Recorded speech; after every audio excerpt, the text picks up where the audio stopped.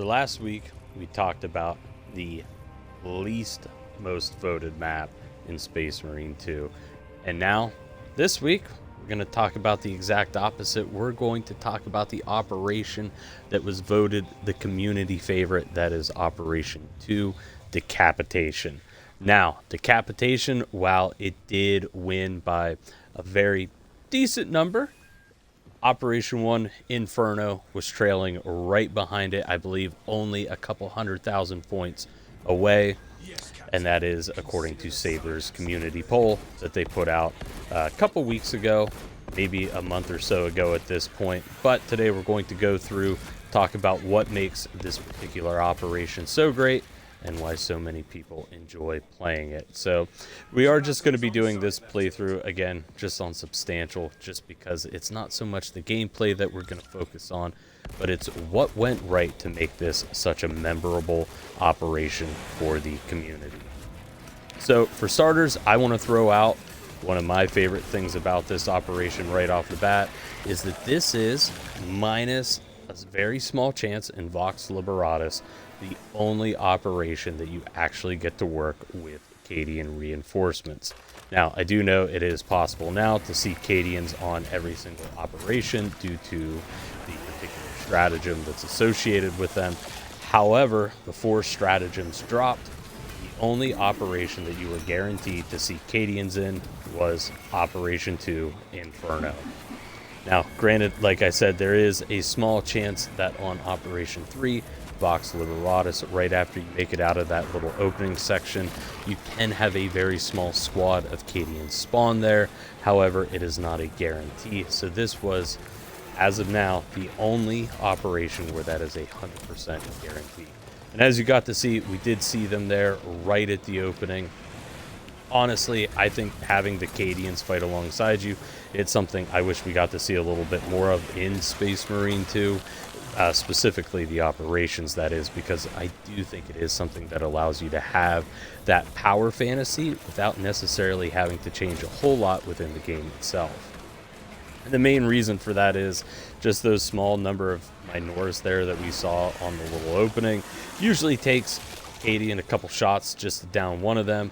However, we're able to just seamlessly blow right through them, and I think it does a really good job of just highlighting the power level difference between your average Imperial soldier, or soldier for the Imperium, that is, compared to one of the Adeptus Astartes. But another good thing that I personally really like about this mission is you're constantly progressing through the area. That is something that other operations do as well. However, in certain operations such as like Reliquary, you oftentimes do get bogged down in certain sections of the map. However, I think Decapitation does a really good job with constantly keeping the gameplay going, you moving across the environment, and getting to see a bunch of interesting locations. Design-wise, I do think that this map is absolutely beautiful. You can definitely tell that there's a war going on, especially when, I mean, just look at that skybox. You can see Tyranids taking to the air. You can see Astra Militarum engaging them from fixed locations. It just looks really good, and it makes you feel that you're just a small little piece of this much bigger battle that's going on in the background. Again, I think something else that does kind of work in the favor of this particular operation is that the Tyranids are the main enemy that we're going to be fighting here. Well, I guess technically they're the only enemy. But Tyranids, I would say a lot of the community tends to agree with this, just kind of based off of the results as for which operations people enjoyed the most. The Tyranid missions blew most of the Chaos operations just out of the water. Weirdly enough, I think the lowest rated one was Termination, which kind of caught me by surprise because I think that's another operation that design-wise is very beautiful. Plus, I just think it's really a fun way to interact with a boss fight. Granted, I know you're not doing a whole lot other than pointing a little laser pointer at the Bio Titan, but I did think it was an interesting way to have you interact with that particular enemy there.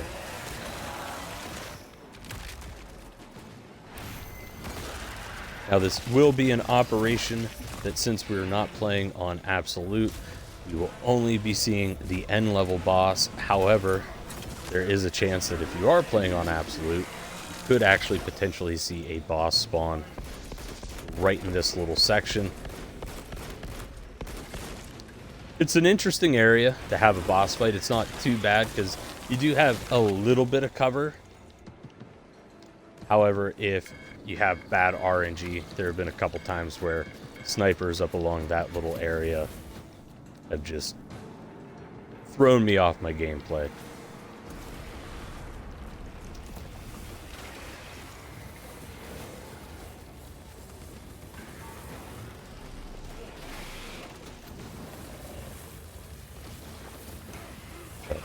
As you can tell, we are running the tactical class.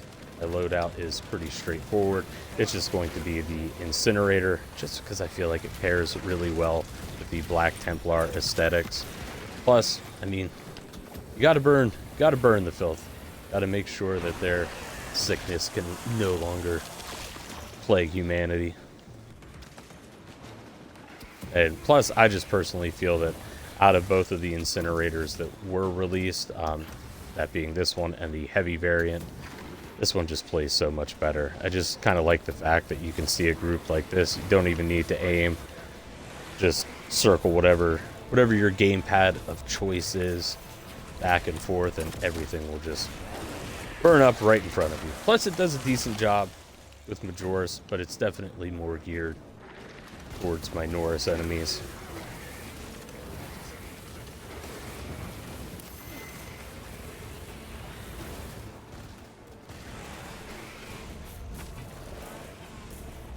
And then, of course, we are rocking the chainsword.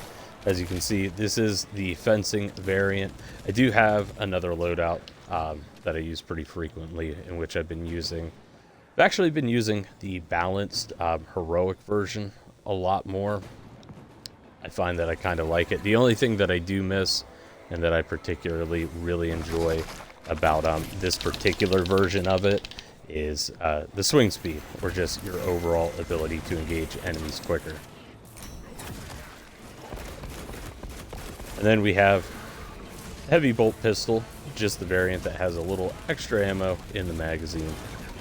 As of right now, still, I don't feel that there's really a huge reason to use the standard bolt pistol. The heroic version is pretty fun, I will give it that. But overall, I still think the heavy bolt pistol performs just leagues ahead of the standard. Why is it you do not approach all your duties with the same gusto as you engage the enemy?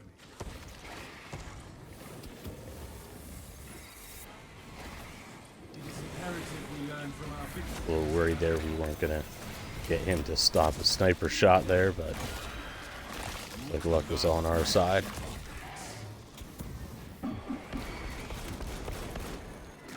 Unfortunately, the AI doesn't seem to comprehend how the whole summoning reinforcements ability works, because it keeps happening. Grab the armory data. There's really no need for it. We have everything, but sometimes it just feels a little naked without it.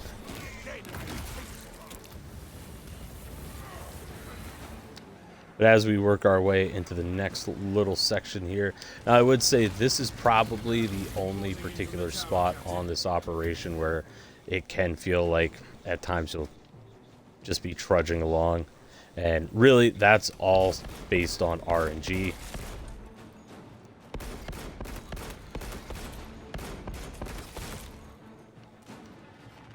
So thankfully this time around, it looks like we had pretty decent luck. We're only going to have to set 4 charges. Now, the nice thing about this section is because you do have a squad of 3, even if you do get more than 3 charges that you have to place, as long as everybody grabs one, you can get through this spot relatively quickly, which is kind of one of the reasons why I don't think a whole lot of people really look too poorly along this. I know when people are doing like lethal or absolute runs, you're always kind of crossing your fingers that you're going to get 3, or if you do get 4, you have all 4 charges right up top here. Fortunately, we are going to have to navigate another level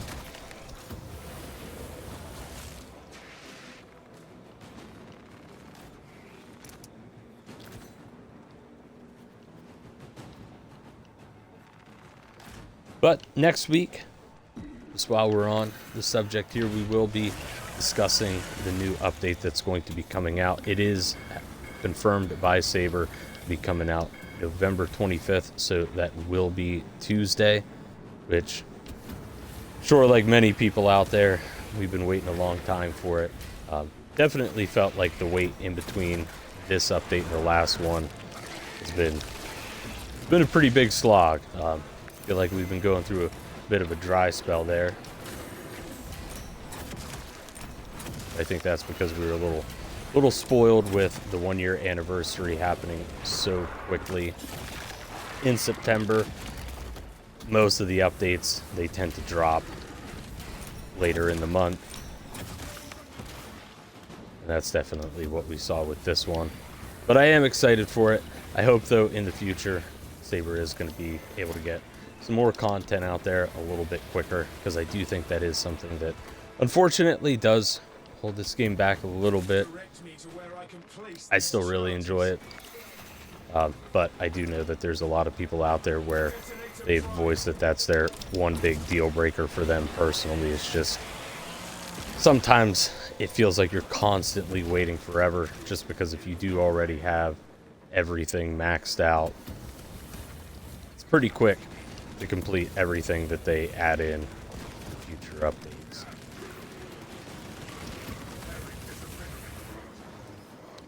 Now, one of the nice things about this particular operation here is there's 3 levels to this little section. You can always tell if you do have to navigate multiple of them which section it's going to be. It'll only be 2 at any given time. The way that you can tell that is one of the floors will be blocked off by some like Connex style boxes. They completely impede your path, so it's a pretty good way, and you can see it all just from the second floor itself, usually with a quick glance, which particular floor is going to be blocked off. So there's our 4 charges placed. We can proceed to the next little section here, but we will suffer not the Xenos to live, because he who allows the Xenos to live shares in the guilt of their existence.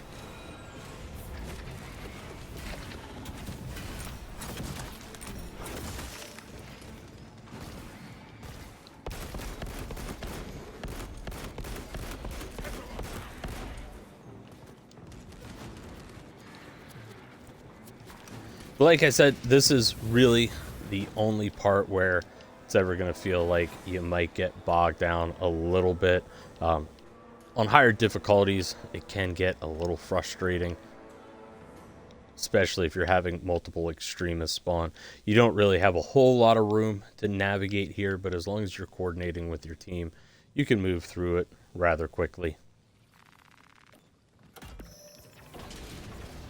Plus, I do believe that this is one of the few doors in the game that you don't actually have to wait for the whole team to assemble. So if you have somebody who's lagging behind or is maybe in a bad position and you want to proceed with the rest of the mission, you can go ahead and do that. You will have to wait for them, though, at the elevator itself. However, like I said, if they're in a bad position, you can move right up here and progress to the next level, or next section of the level, rather, if they die. Also, something to throw out, a lot of the armory data on this map, I think out of all the places it can spawn, it does tend to be in little corners near the 2 elevators. I guess, yeah, 2 out of the 3 elevators on this particular operation. So just something to keep an eye out for.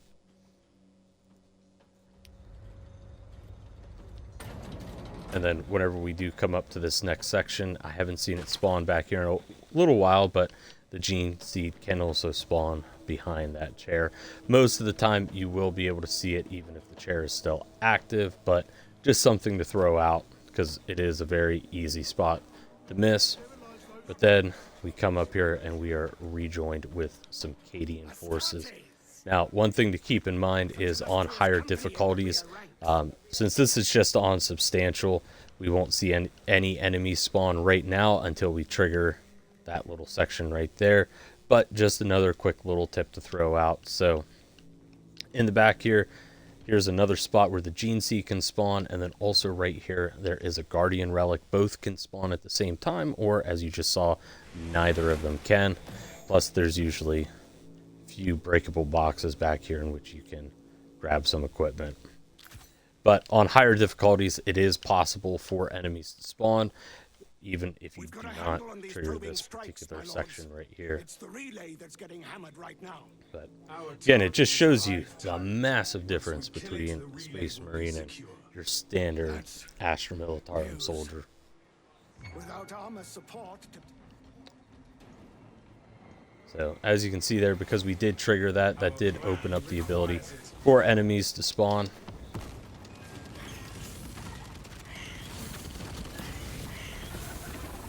Just gonna burn this little fucker here, kind of like he deserves, and we're gonna hide behind our heavy.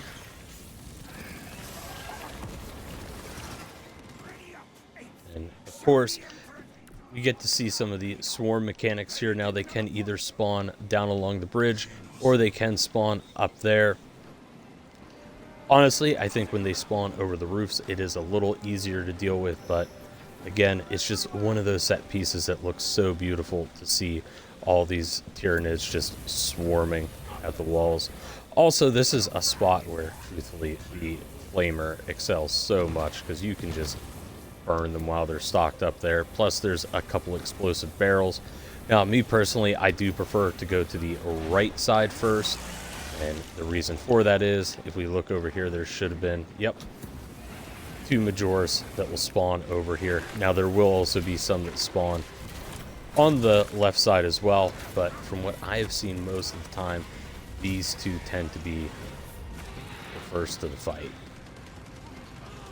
And you can actually, we can get up here, we'll just kind of toast some of these boys here real quick. You can see them kind of running right up along there, and then they will jump up top. But again, flamethrower, if you just want to deal with this spot extremely quickly, it's the chef's kiss.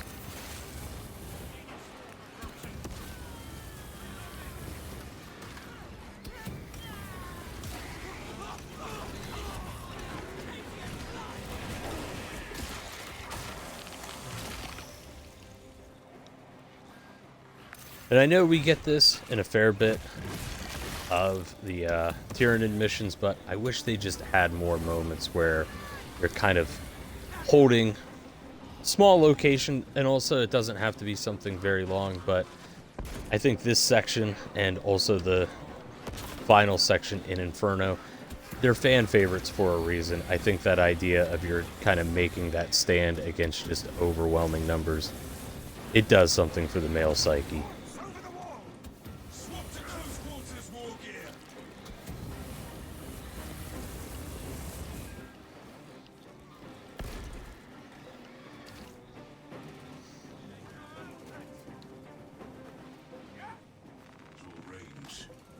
And if you are newer to the game and you're looking to farm the achievement for 41,000 kills, I believe it's called Still a Son of the Emperor, here's a perfect spot to do it. But there we have the good old Hive Tyrant. Again, just some of the set pieces here, they look phenomenal. But as long as you don't activate the charges, the swarm will continue to spawn indefinitely. So you're kind of looking for a way to cheese that achievement. You just want to get it done and over with quick. This is a nice little section for it. Now, you won't have to hang around to clean up any stragglers that do get by. The Cadians are equipped well enough to do that. But hopefully that's something that we do get to see in the new operation. Hopefully just something featuring some more Cadians or just average Imperial soldiers joining us in the fight. So this is the second elevator that I was talking about. Even though we already have it, kind of zoned out there for a hot moment, but the armory data can spawn back there as well. And then as we descend down the elevator, there's going to be another real easy section where a lot of people can miss the Gene Seed, and it looks like it actually spawned here this time. But as you can kind of tell, just from peering out the back, you can tell if the Gene Seed spawned in this little back corner, because you'll be able to see it. If you don't see anything there, that little section is going to be open. And another quick thing to throw out right here, well, it actually spawns, so there is a Guardian Relic that can also spawn in that area as well.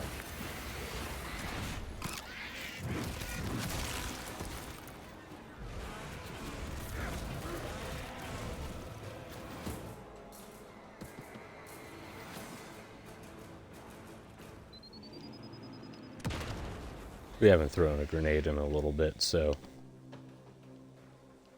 we'll let them meet a rather shocking end there.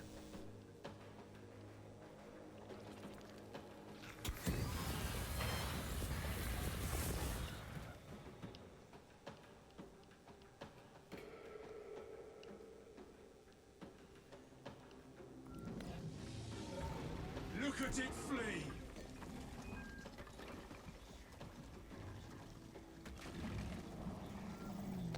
And so, if you haven't played through it, there's a little plot twist. The Hive Tyrant did in fact survive. And I think it's just kind of badass that despite literally have dropping an entire, well, monument on top of it, it just walks it off like it's nothing.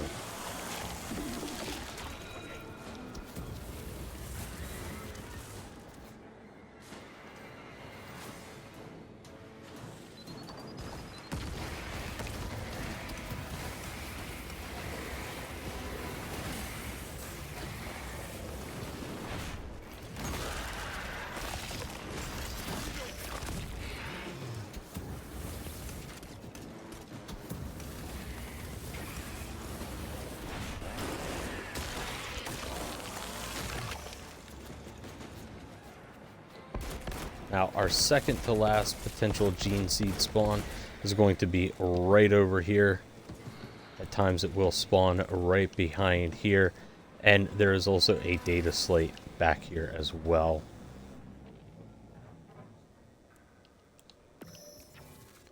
Your battle, I will attempt to keep it on the Osprey. And just something that I kind of personally enjoy about this operation is you do get the sense that you're trying to hunt down the Hive Tyrant pretty well, because as we're moving through the complex, we can see that the Hive Tyrant is keeping pace right with us, inevitably, just leading to that final showdown there.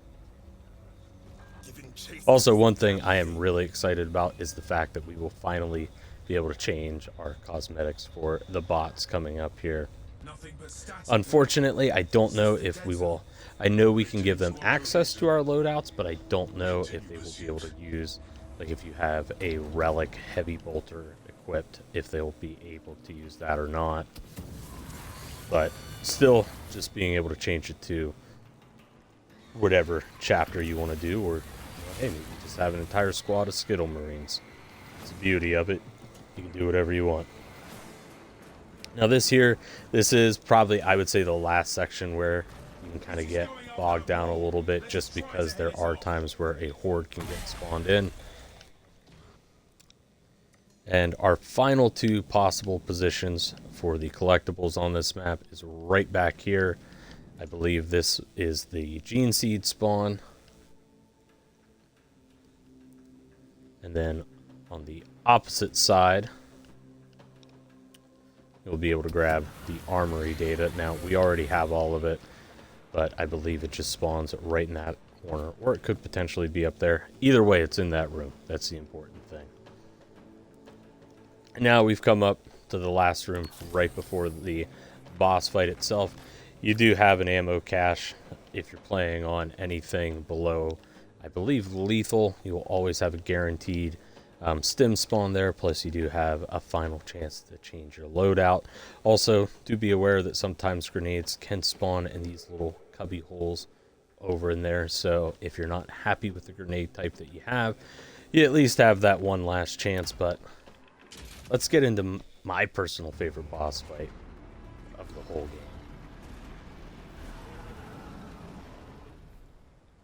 And one thing I do think is cool too is, even though the Hive Tyrant is still alive, we can see that it does have some damage. If you caught it in the cutscene, it is actually missing an arm.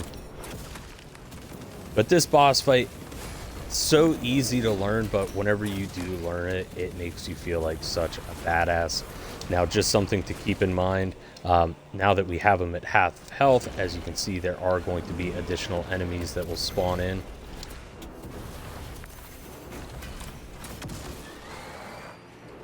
And this boss fight does come in 2 stages. Now, while it is regaining health, we can't do anything to harm it. And then we'll have a couple spots. We were a little early on that one.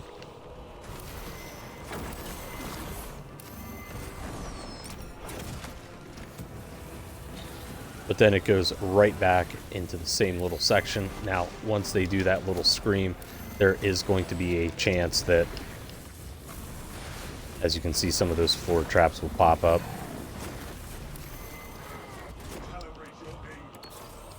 Kind of roll right into that one. This has probably been one of the worst performances I've had on this particular boss fight in a while. Jeez.